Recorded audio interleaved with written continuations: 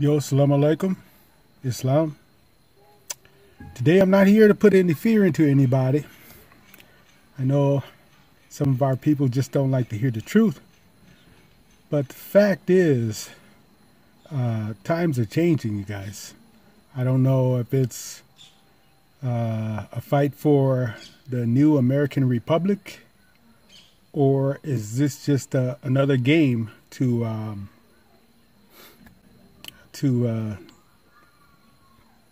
cause more chaos in the world, you know? We're already having a food crisis. We know that. That's clear, right? And now we are hearing about the water down in Jackson, Mississippi being contaminated. So that should tell you guys that, you know, to keep preparing, because I think times could be really getting a lot more challenging, should I say. So when I tell you to prepare at this point, it's a lot more than just food and water. I'm talking about some serious ass protection. That's what I'm talking about. You know, as far as I'm concerned, they're already kicking off a purge in Chicago. That's what it looks like up here, purge. But don't take it from me. Don't take it from me. I got a clip that you really want to check out. You guys really should check this clip out, because this shit is real. And that's all I got to say. Check it out.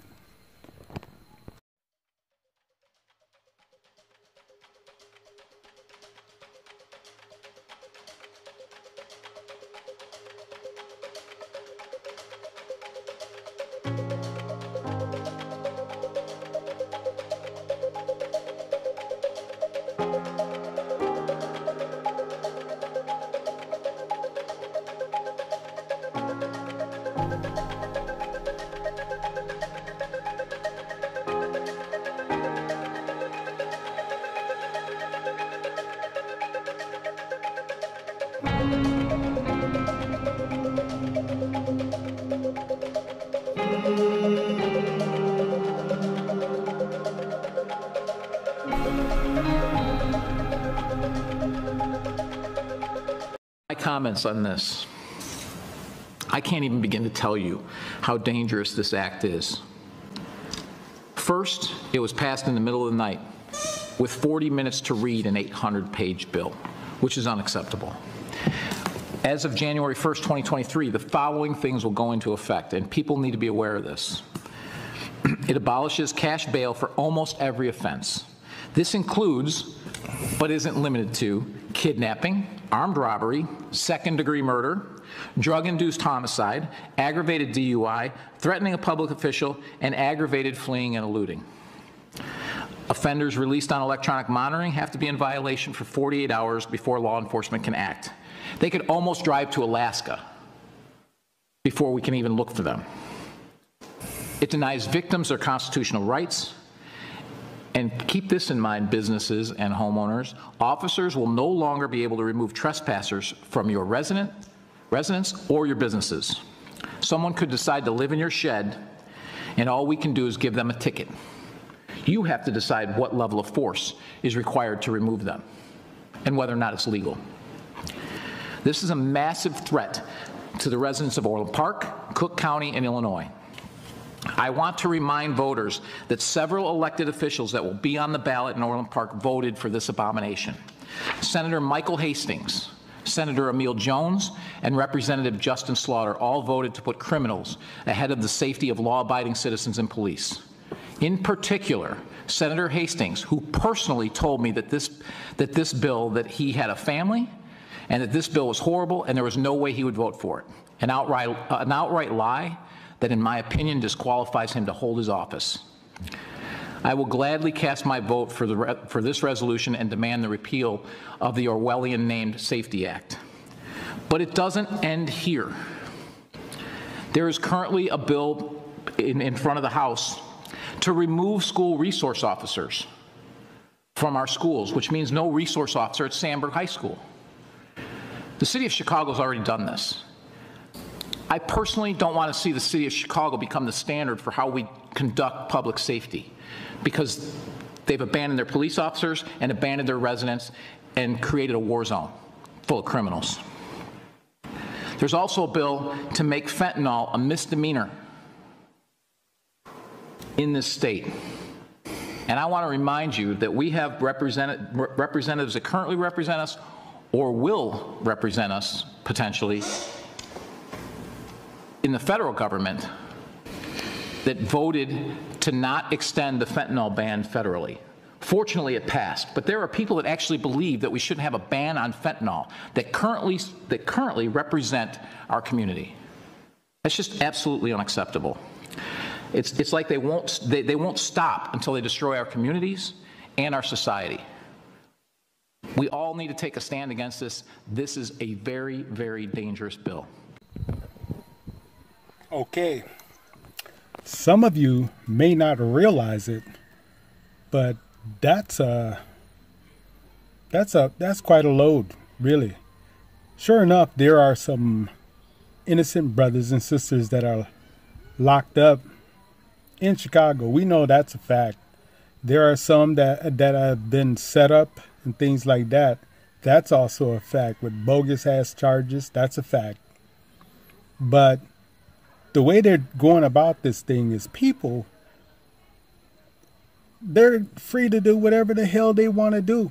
You kill somebody, you just go sit in jail for an hour and you're released. You know, you break into people's houses and there's nothing they can do about it. They may arrest them, but they can't keep them. They will release them. So this seems like the beginning of a purge, because so much chaos could actually, well, I'm not going to say could actually, it will break out. A lot of crime will be committed, knowing that there's really no consequence. You won't be arrested, and if they do arrest you, they can't. They have to release you. They can't detain you.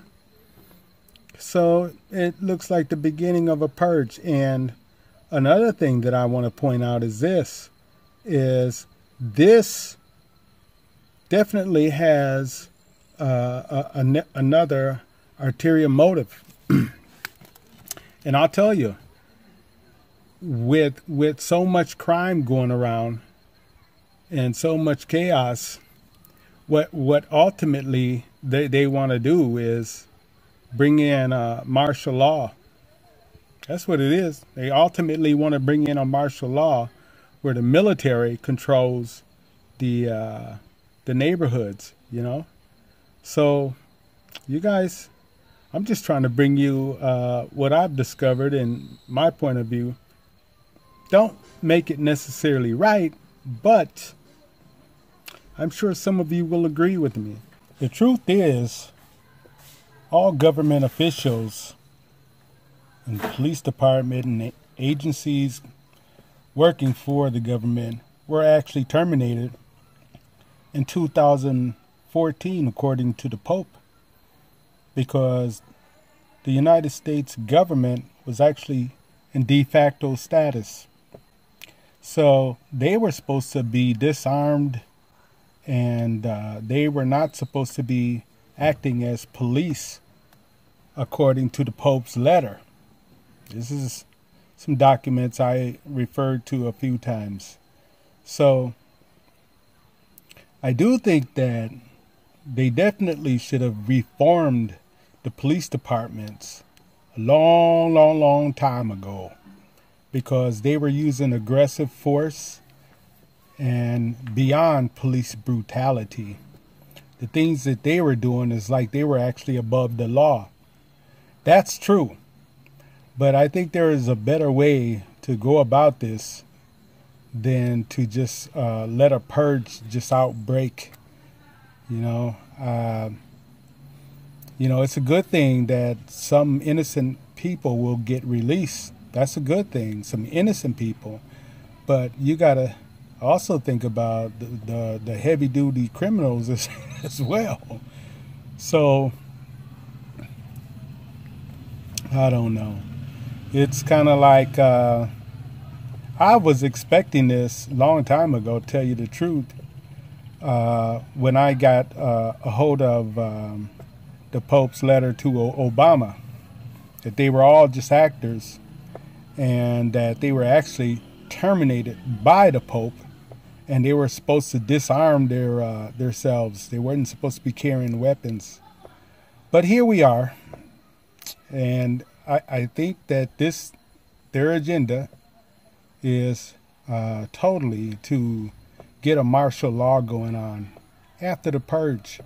Because with so much chaos going on, they're going to need military to put things back in order. So that's what I see. That's what I see. But yeah, police department should have been reformed, man. They were taking their force way, way, way beyond measures, man. They thought they were really above the law.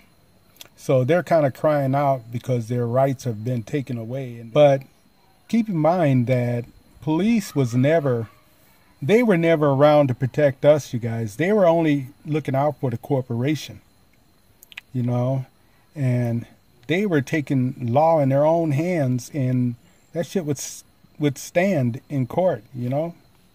But so it's kind of like you got this over here and then you got that over there. I'm just telling you guys to prepare yourselves, man. Make sure you are staying safe and be able to protect yourself, because with a food shortage and with laws like this now, there's definitely going to be a lot of chaos. So till next time, you guys, BEYSIDE JEWEL, we're going to sign up out of this camp. Stay safe. Peace. Oh, does this mean R. Kelly would be free? What? just a thought. Peace.